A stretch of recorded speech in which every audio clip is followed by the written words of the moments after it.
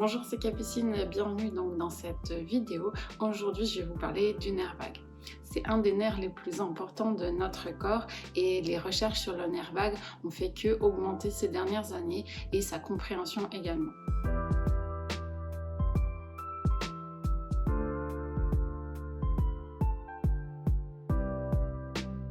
Notre corps fonctionne avec l'équivalent de deux systèmes, le frein et l'accélérateur. Vous avez le système sympathique et le système parasympathique. Le système sympathique, il va gérer tout ce qui est l'action, courir. C'est aussi ce qui va amener vers le stress. Et puis de l'autre côté, vous avez le parasympathique qui va gérer la digestion, le sommeil et la détente. Le nerf vague va gérer le parasympathique, donc la digestion, la détente, la relaxation. Et en ce moment, c'est vraiment ça dont on a besoin puisque notre situation fait qu'on a beaucoup de stress extérieur qui arrive dans ces périodes un petit peu particulières. Et ça peut être vraiment intéressant de savoir comment stimuler ce nerf vague et ce système sympathique. On va voir aussi que vous allez avoir des répercussions à différents niveaux. Si votre nerf vague ne fonctionne pas bien, on peut avoir des répercussions au niveau digestif, que ce soit l'estomac, que ce soit le système digestif un petit peu plus bas, mais on va voir que ça a des répercussions bien plus loin puisque ça va modifier votre microbiote et ça va aussi avoir des influences, maintenant on le sait, à différents niveaux, que ce soit sur la sphère buccale avec tous les problèmes au niveau gingivite, tous les problèmes de sinusite, mais on s'est rendu compte aussi qu'il y avait un impact aussi sur le cerveau où vous allez avoir des modifications. Si vous voulez recevoir toutes les nouvelles vidéos, vous pouvez vous inscrire avec le lien juste en dessous, cliquez sur la petite cloche pour recevoir les dernières vidéos et si vous voulez approfondir un petit peu tous ces domaines, n'hésitez pas à vous inscrire dans les liens dans la description. Donc on a deux nerfs vagues, un droit et un gauche, ils vont sortir de la base du crâne, descendre dans le cou, croiser la clavicule à peu près à ce niveau-là, puis descendre dans toute la partie digestive et il va innerver tout le système digestif jusqu'à l'utérus. Donc le nerf vague va participer à la digestion, il va permettre à l'estomac de se contracter puis de vider le bol alimentaire dans le duodénum et va participer à toute la fonction digestive plus basse avec la motilité des intestins, etc. Si votre nerf vague ne fonctionne pas correctement, vous allez avoir un arrêt de la mobilité de l'estomac, donc l'estomac ne va plus se contracter et ne va plus vidanger le bol alimentaire. C'est ce qui va se passer par exemple quand vous êtes stressé ou que quand vous courez, vous ne pouvez pas être à la fois en système sympathique et à la fois en système parasympathique. C'est-à-dire que quand vous courez, le sang et toute l'activité va être dirigée vers les muscles, vers l'action et on va stopper votre fonction digestive et l'arrêt de la digestion va se passer. Il va falloir changer de système si vous voulez pouvoir digérer. Ça veut dire qu'il va falloir arrêter de courir ou d'être stressé pour que votre système digestif se remette en route et que votre nerf vague refasse son travail. Si vous avez du stress ou que vous avez par exemple couru, eh bien on va avoir un arrêt du système digestif. Et si cet arrêt se poursuit et que vous rebasculez pas avec votre système sympathique, on va observer un système où votre estomac va plus bien se vidanger. Donc on va pouvoir retrouver des gens qui ont des reflux et quand on a ce système, vous avez tout un tas de bactéries qui vont se développer dans l'estomac. Ce sont des bactéries qu'on va retrouver aussi au niveau des dents et qui vont de la bouche, qui va donner tous ces problèmes de gingivite, mais aussi ces problèmes de sinusite qu'on va retrouver, des sinusites assez persistantes. Et les dernières études ont montré que ces bactéries qui refluent depuis l'estomac dans l'arrière de la bouche puis dans le nez refluent également dans le cerveau et ce sont les mêmes bactéries qu'on va retrouver dans les problèmes d'Alzheimer et de Parkinson. Donc vous voyez que la bonne fonction du nerf vague et de votre microbiote va avoir un impact bien plus loin que juste votre système digestif. On sait que ça a un rôle dans la gestion du système immunitaire, on va aussi retrouver dans les problèmes d'autisme, vous allez vous rendre compte qu'en fait cette fonction du nerf vague et du système digestif va être retrouvée dans de nombreuses pathologies et j'aurai pas le temps de vous détailler tout aujourd'hui, mais si vous êtes intéressé pour aller plus loin, je vous mettrai des liens où vous allez pouvoir chercher plus d'informations sur ce nerf vague parce que c'est vraiment passionnant et c'est aussi intéressant de comprendre comment on va pouvoir stimuler ce nerf vague pour soi, pour être plus détendu, mais aussi mieux digéré. Donc la première chose que l'on peut faire pour stimuler le nerf vague, c'est grâce à la respiration. Donc après, il existe tout un tas de méthodes pour respirer et se détendre que je vous détaillerai pas aujourd'hui, mais le fait de faire des grandes inspirations régulières va aider la stimulation du nerf vague. Donc ça peut être la cohérence cardiaque ou tout un tas de respirations qu'on utilise dans le yoga. Deuxième chose que vous allez pouvoir faire, c'est les bains froids ou l'eau froide tout simplement, soit prendre une douche froide, un bain froid.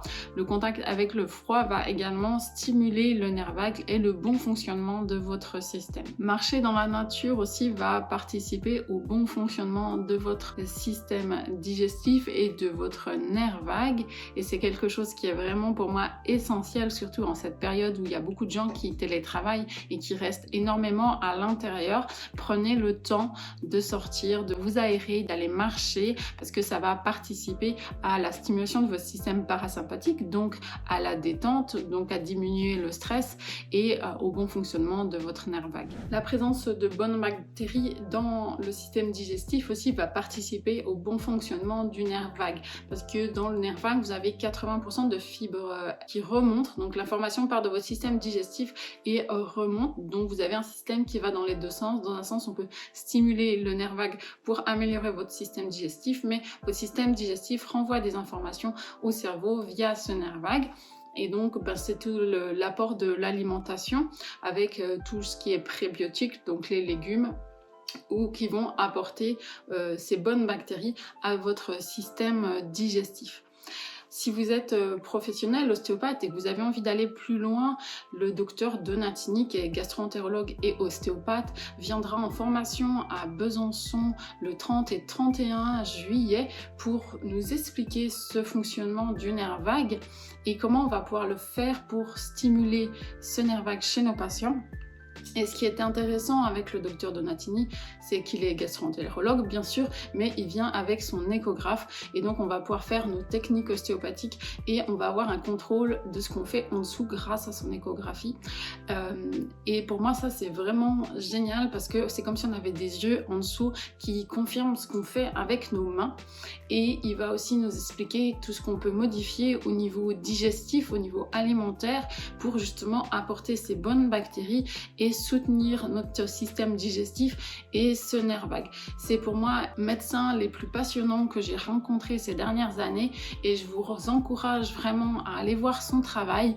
Je vous mettrai donc le lien en dessous vers son site où vous allez pouvoir découvrir l'énorme quantité de recherches qu'il a fait sur ce nerf vague, comment le stimuler et comment on va pouvoir aider aussi nos patients bien plus loin que juste un mal de dos, parce que on va pouvoir redonner de la mobilité à l'estomac, que les patients digèrent mieux, et vous avez vu que ça a un impact sur plein d'autres choses, hein, les dents, même des maladies neurodégénératives, le système immunitaire via ce nerf vague, et les études aujourd'hui elles sont là, et il y en a des quantités énormes, et c'est vraiment pour moi une des formations que j'attends le plus ces temps-ci. J'avais déjà essayé de la programmer l'année dernière, mais c'était tombé pendant le premier confinement, donc là on croise les doigts pour qu'on puisse le faire et l'organiser, parce que j'ai vraiment hâte de pouvoir découvrir son travail, même si je l'ai déjà vu plusieurs fois en conférence. J'ai vraiment hâte de pouvoir voir qu'est-ce qu'on va faire avec nos patients.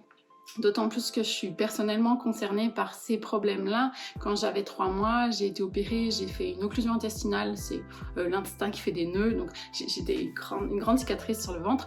Et je pense que ça a fragilisé mon système digestif et mon nerf vague. Donc j'ai vraiment hâte de voir son approche et comment ça aussi peut m'aider personnellement. Parce que j'ai toujours été très sensible au niveau alimentaire de par cette opération, je suppose, et voilà, donc j'ai vraiment hâte à tous les points de vue de découvrir le docteur Donatini. Et une dernière chose avec laquelle j'ai échangé avec lui récemment, et si vous êtes intéressé par la prise en charge des nourrissons, ça va vous intéresser, parce qu'aujourd'hui voilà, la recherche elle nous a aussi donné des informations là-dessus. C'est que je vous ai expliqué, le nerf vague il participe à la contraction de l'estomac puis la vidange gastrique, mais c'est la même chose chez le nourrisson. Ça veut dire que le bébé, si contracte pas son estomac puis le vide pas, qu'est-ce qui va se passer? On va avoir des reflux, d'accord? Et donc, si vous êtes professionnel ostéopathe, vous avez sans doute vu en cabinet des bébés qui ont des reflux, d'accord? C'est vraiment quelque chose d'hyper courant et cette approche va pouvoir vous aider aussi dans la prise en charge de ces nourrissons et de la compréhension de ce nerf vague et comment il fonctionne et comment on va pouvoir le stimuler chez le nourrisson. Donc pour retrouver toutes les informations sur les nourrissons, vous pouvez vous inscrire pour la formation Bébé Pro qui ouvrira ses portes dans quelques temps. Mais sans plus attendre, je vous explique les autres manières de stimuler ce nerf vague qui va aider, qui va sans doute peut-être vous aider et aider aussi vos patients. Donc on sait aujourd'hui qu'il y a une innervation aussi au niveau de l'oreille et donc on peut avoir des stimulations à l'intérieur de l'oreille pour stimuler le nerf vague. Ils sont aussi développés des stimulations avec des TENS, donc des stimulations électriques où on va avoir des stimulations sur ce nerf vague précisément qu'on a essayé dans les dépressions et dans certains troubles digestifs. J'ai également des patientes qui ont pu bénéficier de ce système-là pour les problèmes d'endométriose. Alors ça, c'est bien sûr, c'est des tests, hein, c'est des études, mais voilà, on se rend compte à quel point la stimulation du nerf vague va pouvoir avoir un impact général sur le corps. On va pouvoir aussi utiliser les huiles essentielles. Les huiles essentielles de lavande, juste à sentir, va permettre de stimuler le nerf vague et le docteur Donatini m'a conseillé de faire ça aussi aux enfants et à mon neveu qui avait des problèmes de reflux qui étaient loin de chez moi donc que je ne pouvais pas soigner. Donc voilà, on peut utiliser vraiment l'huile essentielle de lavande pour stimuler ce nerf vague. Et bien sûr, donc en ostéopathie, on va pouvoir aussi, avec nos petites mimines, stimuler ce nerf vague aux différents endroits où il passe. Et ça, vous allez découvrir, donc si vous êtes des professionnels et puis intéressés par ça, retrouvez le docteur Donatini qui nous expliquera toutes ces techniques-là. Merci d'avoir suivi cette vidéo jusqu'ici. Dites-moi dans les commentaires si vous avez des soucis, vous avez rencontré ce genre de soucis, que ça soit digestif, que ça soit au niveau de la sphère buccale. Si ces informations vous intéressent et que vous voulez en savoir un petit peu plus sur comment modifier l'alimentation ou comment stimuler encore plus le nerf vague, même si je vous dis déjà la respiration, l'eau froide, l'huile essentielle de lavande et ensuite on a bien sûr les techniques d'ostéopathie, mais déjà avec ça vous allez de quoi stimuler votre nerf vague. N'hésitez pas à mettre dans les commentaires ce que ça vous inspire et comment ça peut vous aider dans votre quotidien. Je vous remercie, à bientôt.